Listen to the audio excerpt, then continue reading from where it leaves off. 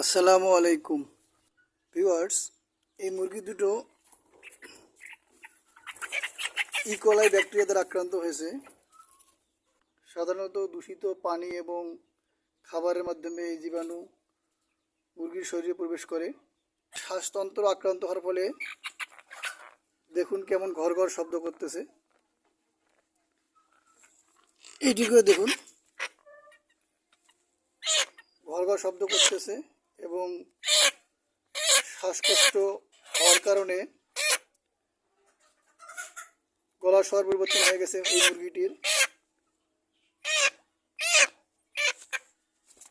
মুরগির যদি পরিপাকতন্ত্র আক্রান্ত হয় তাহলে মুরগি কিন্তু সবুজ বর্ণের বা হলুদ বর্ণের পাতলা পায়খানা করতে পারে।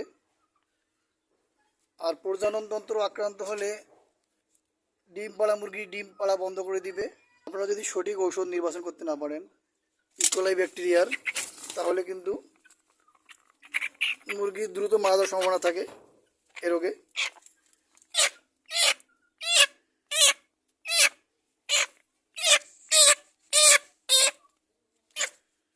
আমার হাতে দেখতে পাচ্ছেন র্যানামাইসিন।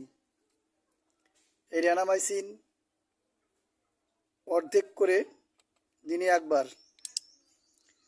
এমনিভাবে তিন দিন যদি আপনি একটানা খাওয়ান নিয়ম মতো, তাহলে কিন্তু এই ইকোলাই ব্যাকটেরিয়ার সংক্রমণ থেকে মুরগিকে সুস্থ করা যাবে।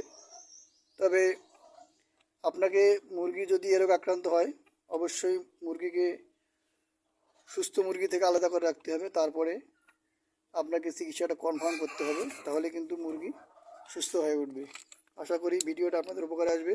ধন্যবাদ সবাইকে। আসসালামু আলাইকুম।